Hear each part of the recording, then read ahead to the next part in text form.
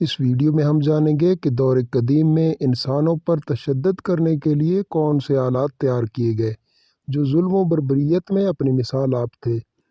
حضرت انسان ابتدا ہی سے حکمرانی کا خواہش مند اور دوسروں پر سبقت لے جانے کا خواہاں رہا ہے۔ دور قدیم میں بھی انسان ایک دوسرے پر تشدد کرتے چلے آ رہے ہیں۔ دور قدیم میں تشدد کے لیے کن آلات کا استعمال کیا جاتا تھا؟ آئیے ان کا جائزہ لیتے ہیں۔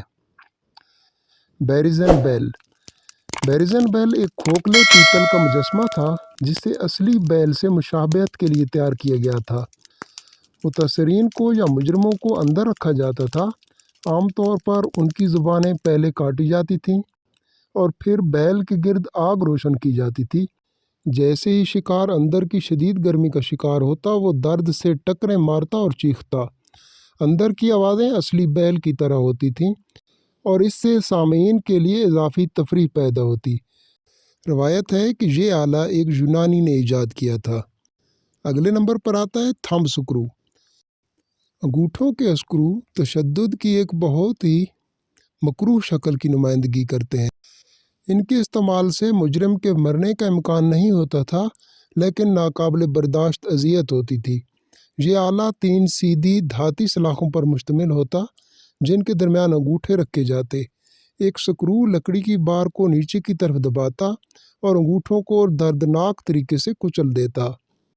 انگوٹھوں کے سکرو کی طرز پر بنا ایک اور آلہ جسے پیلی ونکس کہا جاتا تھا جو تمام 10 انگلیوں کو کچل سکتا تھا اور یہ نٹ کریکر سے بہت مشابہت رکھتا تھا۔ تھمب سکرو کی ابتدا روسی فوج کے ساتھ بدسلوکی کرنے والے فوجیوں کی سزا کے طور پر ہوئی تھی۔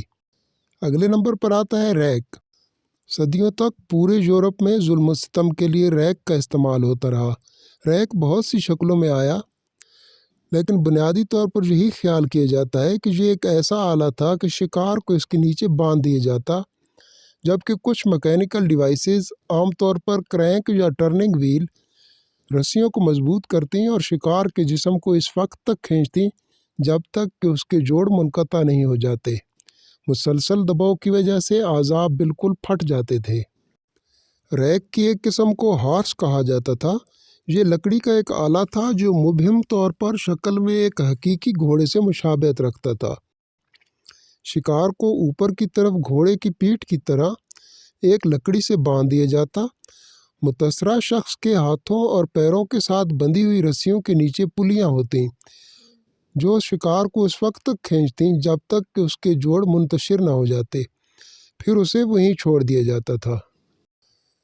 اگلے نمبر پر آتا ہے آئرن میڈن، جو ایک ایسا آلہ تھا جس کے بارے میں کہا جاتا ہے کہ وہ اس قدر شیطانی آلہ تھا کہ اسے کبھی خیالی تصور کیا جاتا تھا۔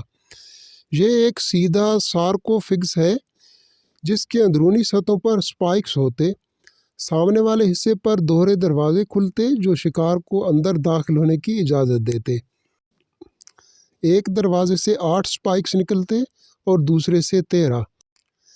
ایک بار جب شکار اندر جاتا تو دروازے بند کر دیے جاتے اور وہاں سے سپائکس نکل کر مجرم کے اہم اعضاء کو چھیدتے۔